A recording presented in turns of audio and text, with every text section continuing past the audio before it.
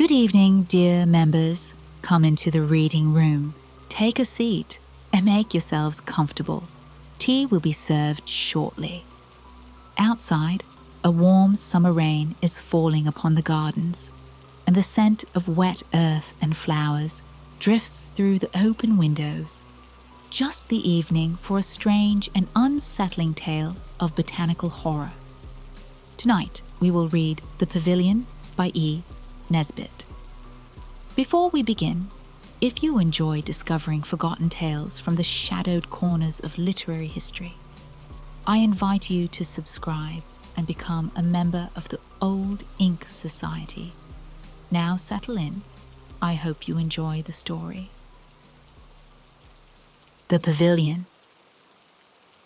There was never a moment's doubt in her own mind, so she said afterwards, and everyone agreed that she had concealed her feelings with true womanly discretion.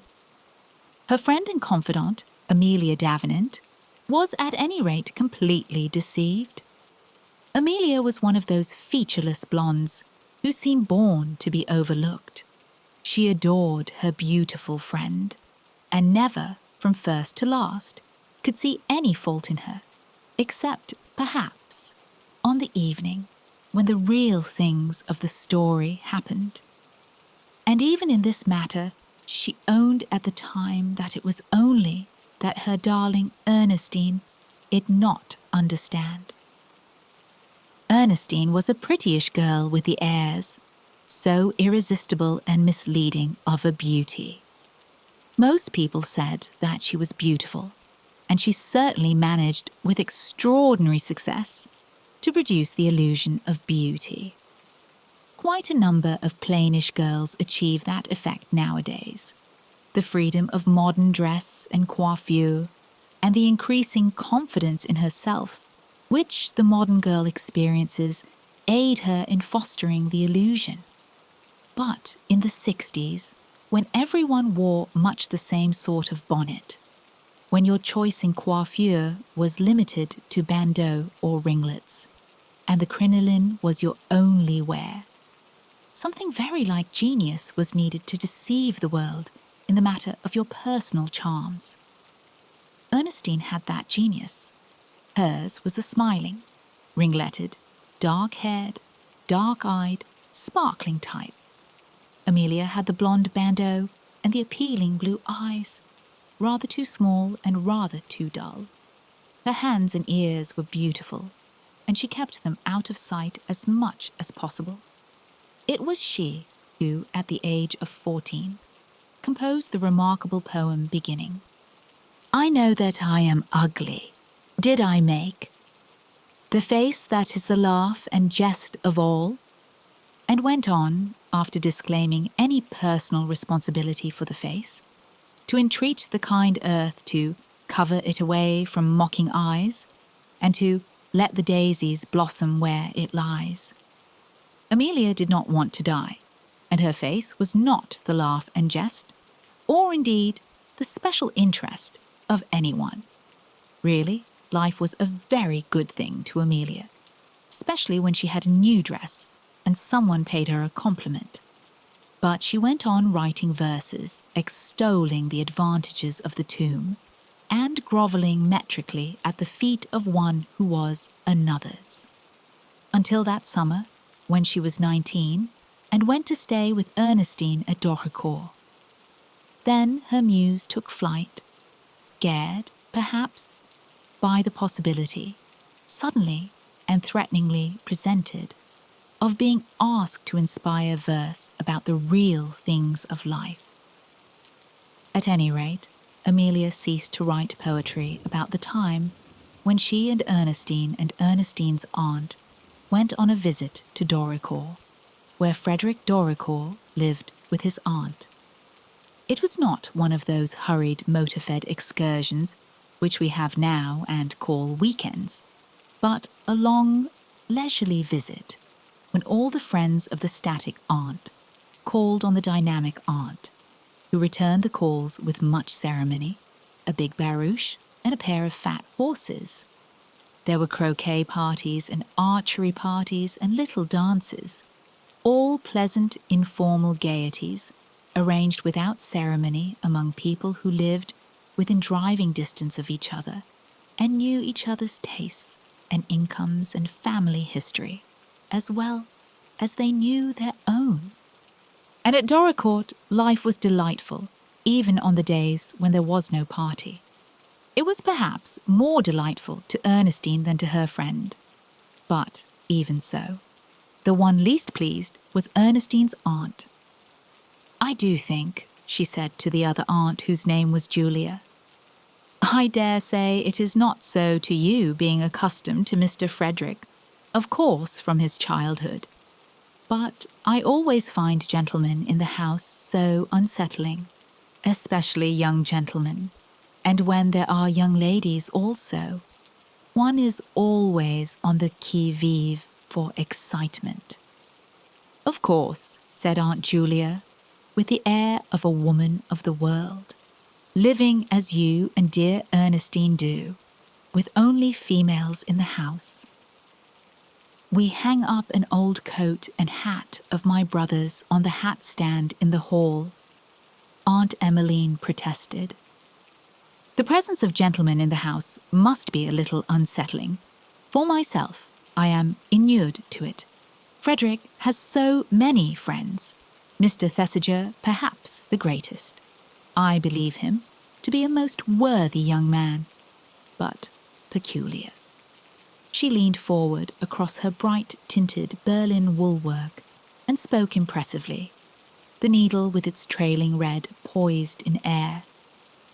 "You know, I hope you will not think it indelicate of me to mention such a thing. But dear Frederick, your dear Ernestine would have been in every way so suitable." "Would have been?" Aunt Emmeline's tortoise-shell shuttle ceased its swift movement among the white loops and knots of her tatting. "Well, my dear," said the other aunt, a little shortly, "you surely must have noticed." "You don't mean to suggest that Amelia—" "I thought Mr. Thesiger and Amelia—" "Amelia, I really must say—" "No, I was alluding to Mr. Thesiger's attentions to dear Ernestine. Most marked. In dear Frederick's place, I should have found some excuse for shortening Mr. Thesiger's visit. But of course I cannot interfere. Gentlemen must manage these things for themselves. I only hope that there will be none of that trifling with the most holy affections of others which—" The less voluble aunt cut in hotly with "Ernestine's incapable of anything so unladylike." "Just what I was saying," the other rejoined blandly, got up and drew the blind a little lower, for the afternoon sun was glowing on the rosy wreaths of the drawing-room carpet. Outside in the sunshine, Frederick was doing his best to arrange his own affairs. He had managed to place himself beside Miss Ernestine Muti's on the stone steps of the Pavilion. But then Eugene Thesiger lay along the lower step at her feet, a good position for looking up into her eyes. Amelia was beside him, but then it never seemed to matter whom Amelia was beside. They were talking about the Pavilion on whose steps they sat, and Amelia, who often asked uninteresting questions, had wondered how old it was. It was Frederick's Pavilion after all, and he felt this when his friend took the words out of his mouth and used them on his own account, even though he did give the answer the form of an appeal. "The foundations are Tudor, aren't they?" he said. "Wasn't it an observatory or laboratory or something of that sort in Fat Henry's time?" "Yes," said Frederick. "There was some story about a wizard or an alchemist or something, and it was burned down, and then they rebuilt it in its present style." "The Italian style, isn't it?" said Thesiger. "But you can hardly see what it is now, for the creeper." "Virginia creeper, isn't it?" Amelia asked. and Frederick said, "Yes, Virginia creeper." Thesiger said it looked more like a South American plant, and Ernestine said Virginia was in South America, and that was why. "I know, because of the war," she said modestly, and nobody smiled or answered. There were manners in those days. "There's a ghost story about it, surely," Thesiger began again, looking up at the dark, closed doors of the pavilion. "Not that I ever heard of," said the pavilion's owner. "I think the country people invented the tale because there have always been so many rabbits and weasels and things round dead near it. And once a dog, my uncle's favourite spaniel. But, of course, that's simply because they get entangled in the Virginia creeper. You see how fine and big it is, and can't get out, and die as they do in traps. But the villagers prefer to think it's ghosts." "I thought there was a real ghost story," Thesiger persisted. Ernestine said, "A ghost story, how delicious. Do tell it, Mr. Doricourt. This is just the place for a ghost story, out of doors and the sun shining, so that we can't really be frightened." Doricourt protested again that he knew no story. "That's because you never read, dear boy," said Eugene Thesiger. "That library of yours, there's a delightful book. Did you never notice it? Brown tree calf with your arms on it. The head of the house writes the history of the house as far as he knows it. There's a lot in that book. It began in Tudor times. 1515, to be exact. Queen Elizabeth's time." Ernestine thought that made it so much more interesting. "And was the ghost story in that?" "It isn't exactly a ghost story," said Thesiger. "It's only that the pavilion seems to be an unlucky place to sleep in." "Haunted?" Frederick asked, and added that he must look up that book. "Not haunted exactly. Only several people who have slept the night there went on sleeping." "Dead, he means," said Ernestine, and it was left for Amelia to ask, "Does the book tell anything particular about how the people died, what killed them, or anything?" "There are suggestions," said Thesiger, "but there, it is a gloomy subject. I don't know why I started it. Should we have time for a game of croquet before tea, Doricourt?" "I wish you'd read the book and tell me the stories," Ernestine said to Frederick, apart, over the croquet balls. "I will," he answered, fervently. "You've only to tell me what you want." "Or perhaps Mr. Thesiger will tell us another time, in the twilight, since people like twilight for ghosts. Will you, Mr. Thesiger?" She spoke over her blue muslin shoulder. Frederick certainly meant to look up the book, but he delayed till after supper, when he went alone to the library, found the brown book, and took it to the circle of light made by the colza lamp. "I can skim through it in half an hour," he said, and wound up the lamp and lighted his cigar. The earlier part of the book was written in the beautiful script of the early 16th century that looks so plain and is so impossible to read. And the later pages, though the handwriting was clear and Italian enough, left Frederick helpless, for the language was Latin, and Frederick's Latin was limited to the particular passages he had been through at his private school. He recognized a word here and there, mors, for instance, and pallidus and sanguinus and parvor and arcanum, just as you or I might, but to read the complicated stuff and make sense of it. Frederick replaced the book on the shelf, closed the shutters, and turned out the lamp. He thought he would ask Thesiger to translate the thing, but then again, he thought he wouldn't.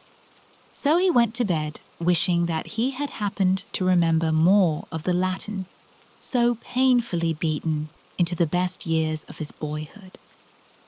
And the story of the pavilion was, after all, told by Thesiger.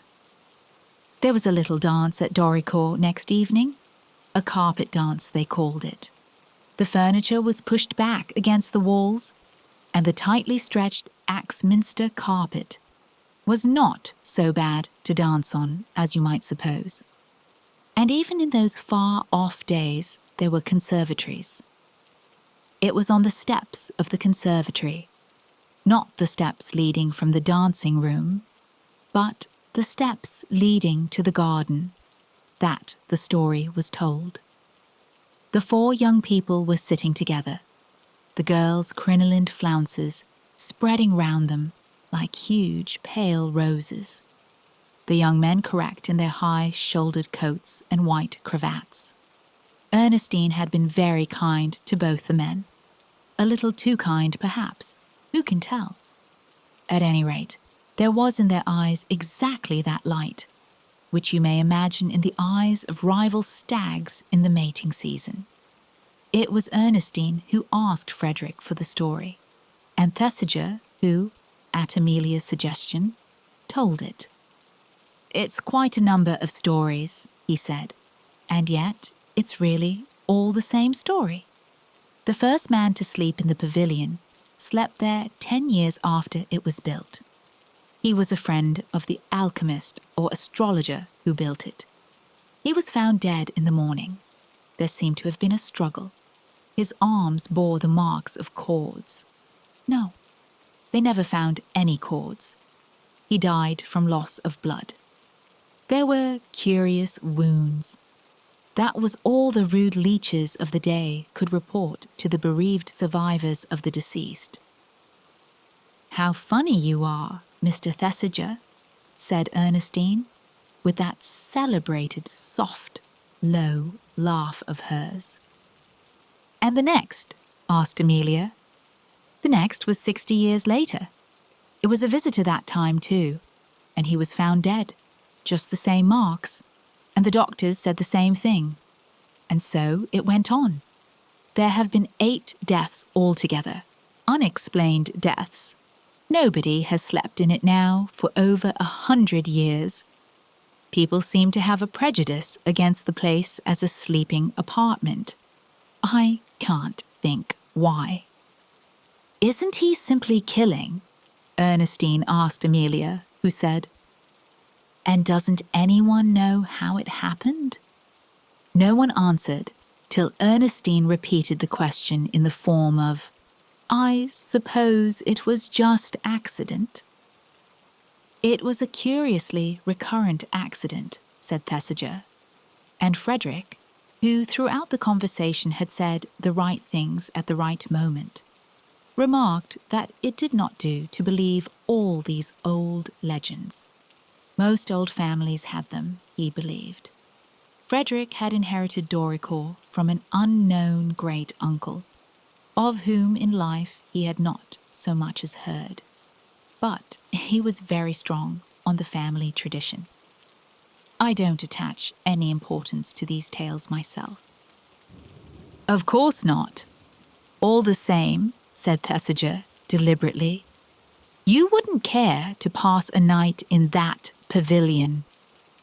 "No more would you," was all Frederick found on his lips. "I admit that I shouldn't enjoy it," said Eugene, "but I'll bet you 100 you don't do it." "Done," said Frederick. "Oh, Mr. Doricourt," breathed Ernestine, a little shocked at betting before ladies. "Don't," said Amelia, to whom, of course, no one paid any attention. "Don't do it.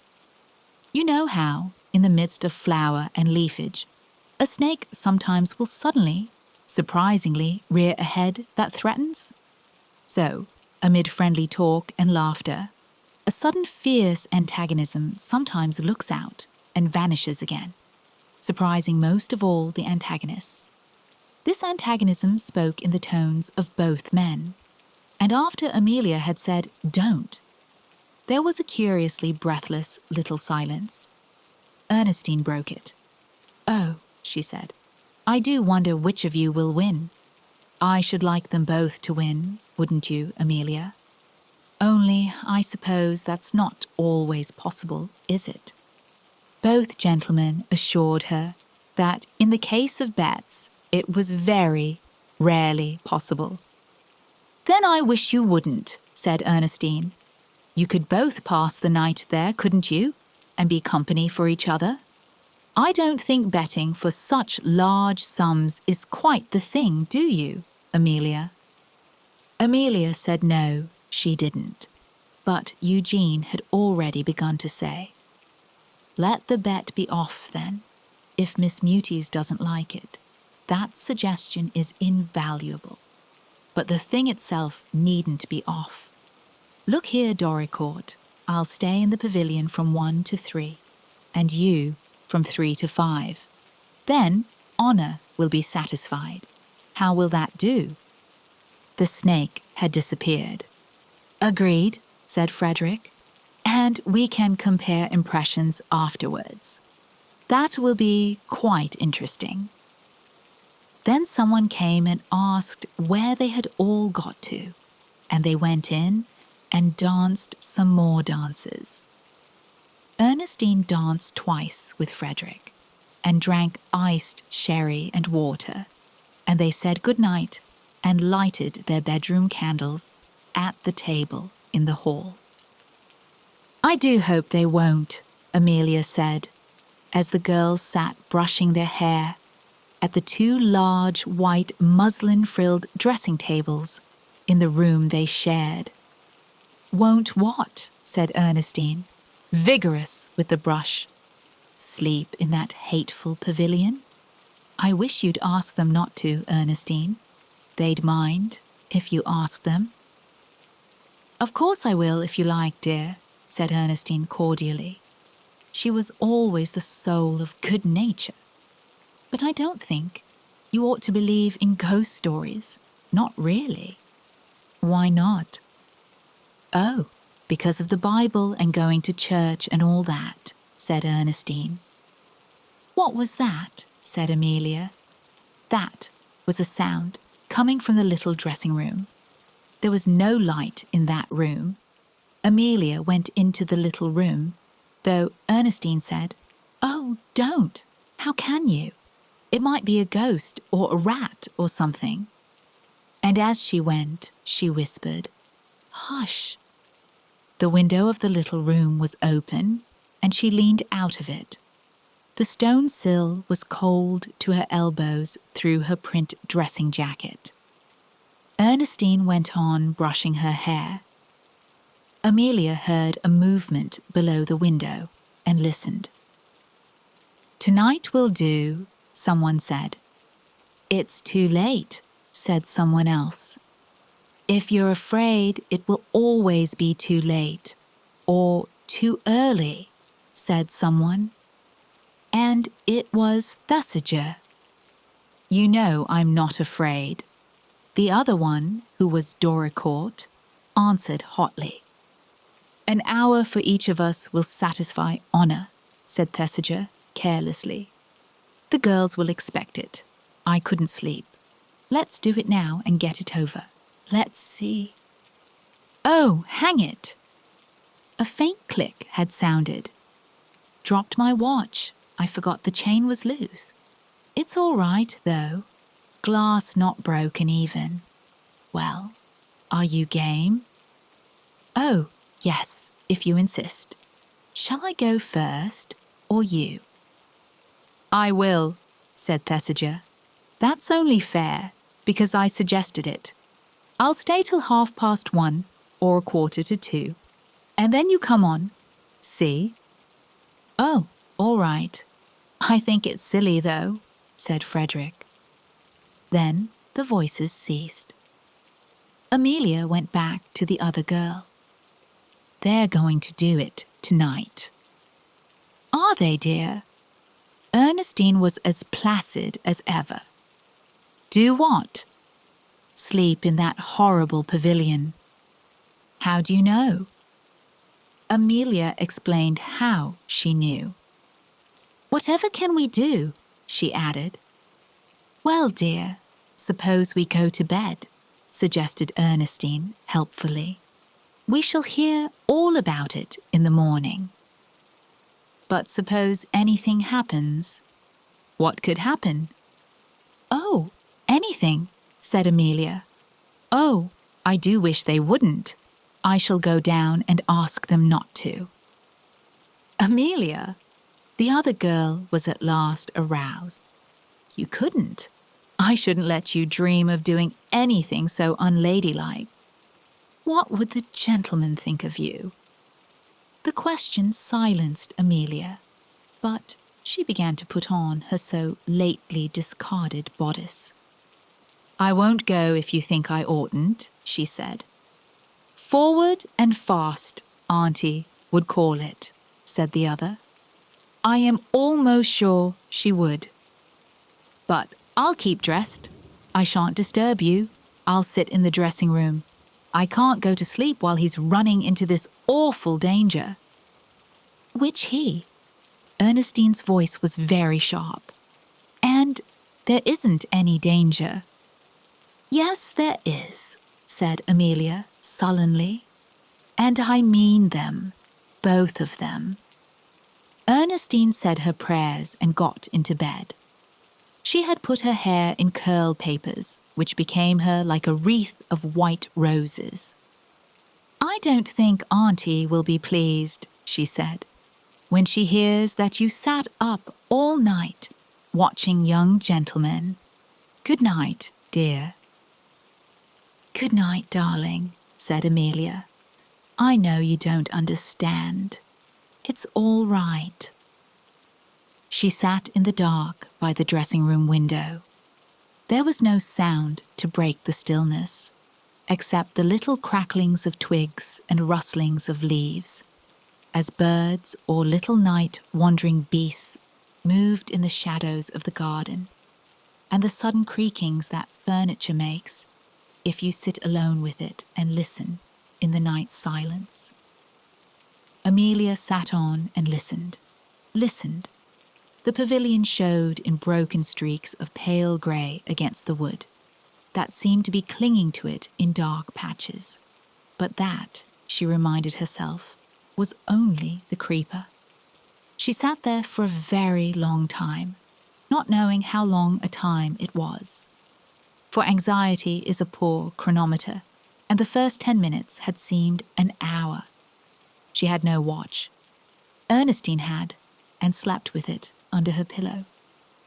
There was nothing to measure time's flight by, and she sat there rigid, straining her ears for a footfall on the grass, straining her eyes to see a figure come out of the dark pavilion and cross the dew-grey grass towards the house. And she heard nothing, saw nothing. Slowly, imperceptibly, the grey of the dewy grass lightened. The grey of the sleeping trees took on faint dreams of colour. The sky turned faint above the trees. The moon, perhaps, was coming out. The pavilion grew more clearly visible. It seemed to Amelia that something moved among the leaves that surrounded it, and she looked to see him come out. But he did not come. "I wish the moon would really shine," she told herself. And suddenly, she knew that the sky was clear, and that this growing light was not the moon's dead cold silver, but the growing light of dawn. She went quickly into the other room, put her hand under the pillow of Ernestine, and drew out the little watch with the diamond E on it. 2:45, she said, aloud. Ernestine moved and grunted. There was no hesitation about Amelia now.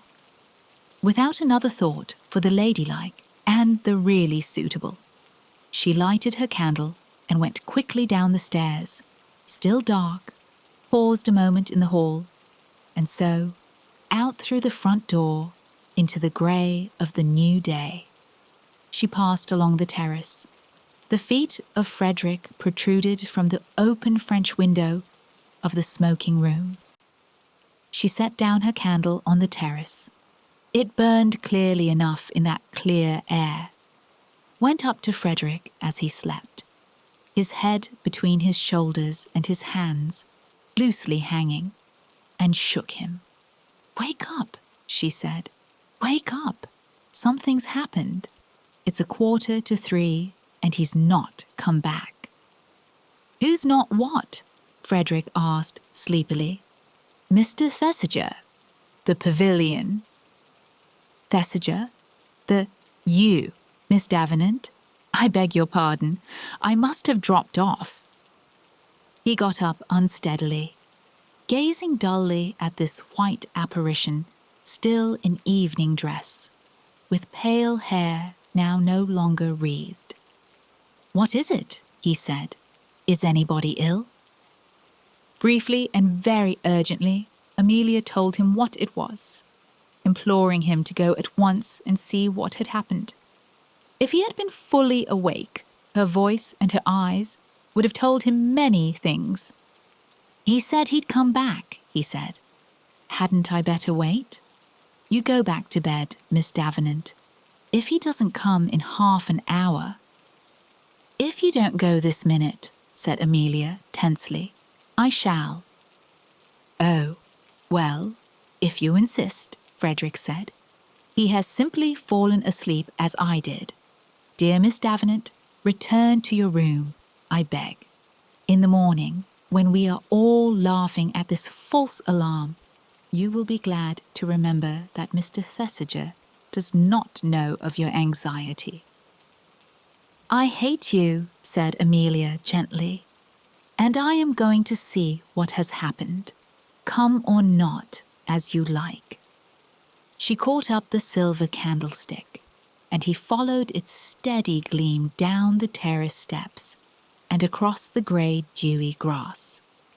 Halfway, she paused, lifted the hand that had been hidden among her muslin flounces, and held it out to him with a big Indian dagger in it. "I got it out of the hall," she said. "If there's any real danger, anything living, I mean, I thought. But I know I couldn't use it. Will you take it?" He took it, laughing kindly. "How romantic you are," he said admiringly, and looked at her standing there in the mingled gold and grey of dawn and candlelight. It was as though he had never seen her before. They reached the steps of the pavilion and stumbled up them. The door was closed but not locked, and Amelia noticed that the trails of creeper had not been disturbed. They grew across the doorway as thick as a man's finger, some of them. "He must have got in by one of the windows," Frederick said. "Your dagger comes in handy, Miss Davenant." He slashed at the wet, sticky green stuff and put his shoulder to the door. It yielded at a touch, and they went in. The one candle lighted the pavilion hardly at all, and the dusky light that oozed in through the door and windows helped very little. And the silence was thick and heavy. "Thesiger," said Frederick, clearing his throat. "Thesiger! Hello! Where are you?" Thesiger did not say where he was. And then they saw. There were low stone seats to the windows, and between the windows low stone benches ran. On one of these, something dark and in places white, confused the outline of the carved stone. "Thesiger," said Frederick again, in the tone a man uses to a room that he is almost sure is empty. "Thesiger." But Amelia was bending over the bench. She was holding the candle crookedly so that it flared and guttered. "Is he there?" Frederick asked, following her. "Is that him? Is he asleep?"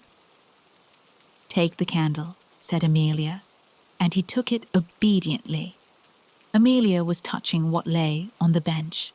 Suddenly she screamed. Just one scream, not very loud. But Frederick remembers just how it sounded. Sometimes he hears it in dreams and wakes moaning, though he is an old man now, and his old wife says, "What is it, dear?" And he says, "Nothing, my Ernestine, nothing." Directly she had screamed, she said, "He's dead," and fell on her knees by the bench. Frederick saw that she held something in her arms. "Perhaps he isn't," she said. "Fetch someone from the house. Brandy. Send for a doctor. Oh, go, go, go." "I can't leave you here," said Frederick. "Suppose he revives." "He will not revive," said Amelia dully. "Go, go, go. Do as I tell you. Go. If you don't go," she added, suddenly and amazingly, "I believe I shall kill you. It's all you're doing." The astounding, sharp injustice of this stung Frederick into action. "I believe he's only fainted or something," he said. "When I've roused the house and everyone has witnessed your emotion, you will regret."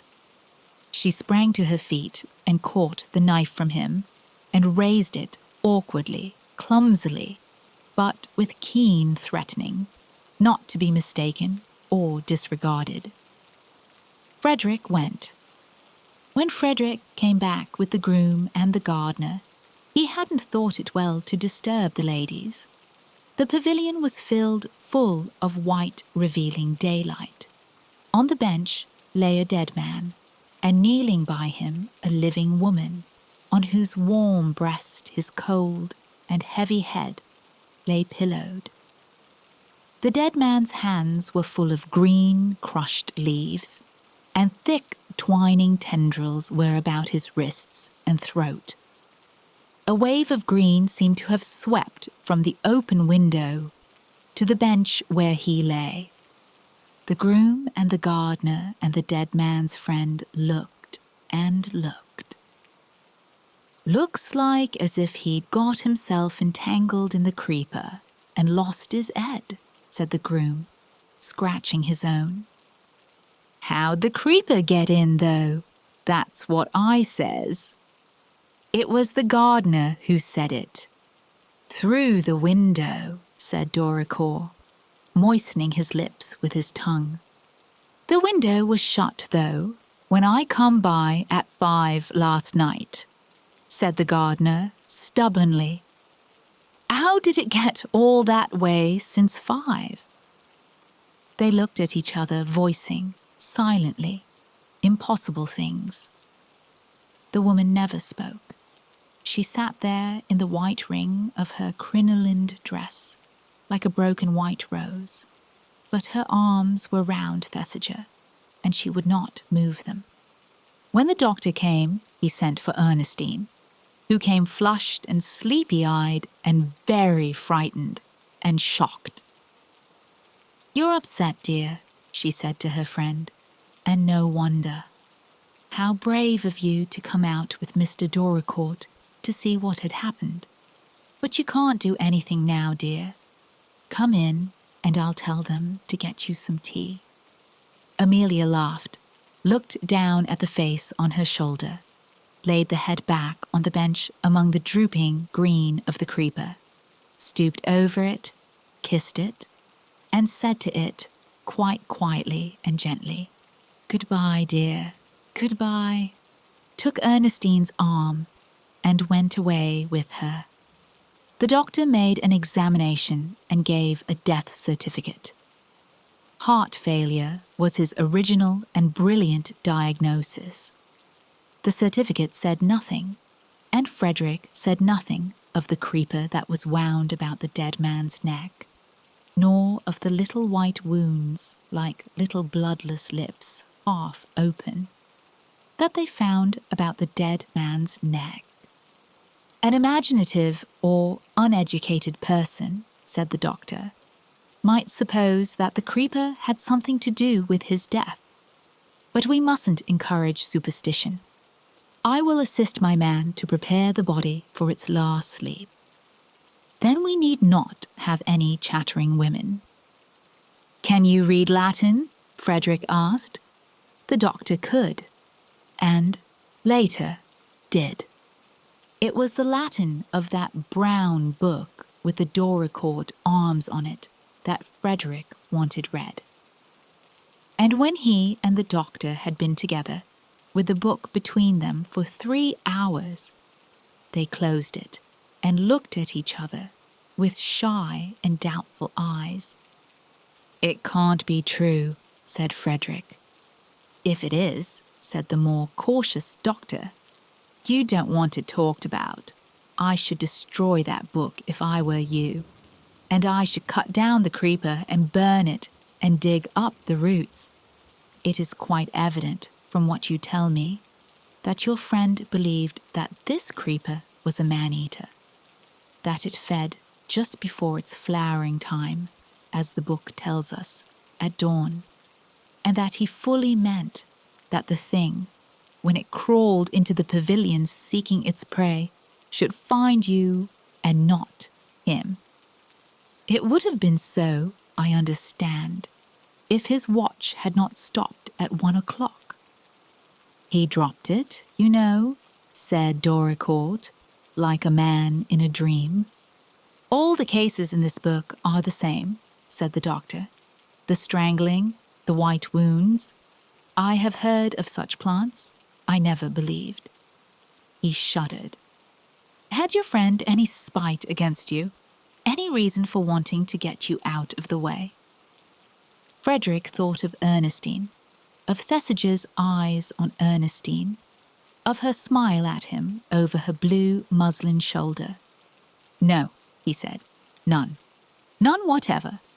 It must have been accident. I am sure he did not know. He could not read Latin. He lied, being, after all, a gentleman, and Ernestine's name being sacred. The creeper seems to have been brought here and planted in Henry VIII's time. And then the thing began. It seems to have been at its flowering season that it needed in short, it was dangerous. The little animals and birds found dead near the pavilion. But to move itself all that way across the floor, the thing must have been almost conscient," he said, with a sincere shudder. "One would think," he corrected himself at once, "that it knew what it was doing, if such a thing were not plainly contrary to the laws of nature." "Yes," said Frederick, "one would. I think, if I can't do anything more, I'll go and rest. Somehow, all this has given me a turn, poor Thesiger." His last thought before he went to sleep was one of pity. "Poor Thesiger," he said, "how violent and wicked! And what an escape for me! I must never tell Ernestine. And all the time there was Amelia. Ernestine would never have done that for me." And on a little pang of regret for the impossible, he fell asleep. Amelia went on living. She was not the sort that dies even of such a thing as happened to her on that night, when for the first and last time she held her love in her arms and knew him for the murderer he was. It was only the other day that she died, a very old woman. Ernestine, who, beloved and surrounded by children and grandchildren, survived her, spoke her epitaph. "Poor Amelia," she said. "Nobody ever looked the same side of the road where she was. There was an indiscretion when she was young. Oh, nothing disgraceful, of course. She was a lady, but people talked. It was the sort of thing that stamps a girl, you know." And so, dear members, we close the pages of the Pavilion. Outside, the summer rain still falls upon the garden. though perhaps the flowers seem a little less innocent than they did before. If you enjoyed tonight's reading, please leave your thoughts in the comments below. And if you have not already done so, I invite you to subscribe and become a member of the Old Ink Society. Until our next gathering, take care and be wary of what may be growing just beyond the light. Good night.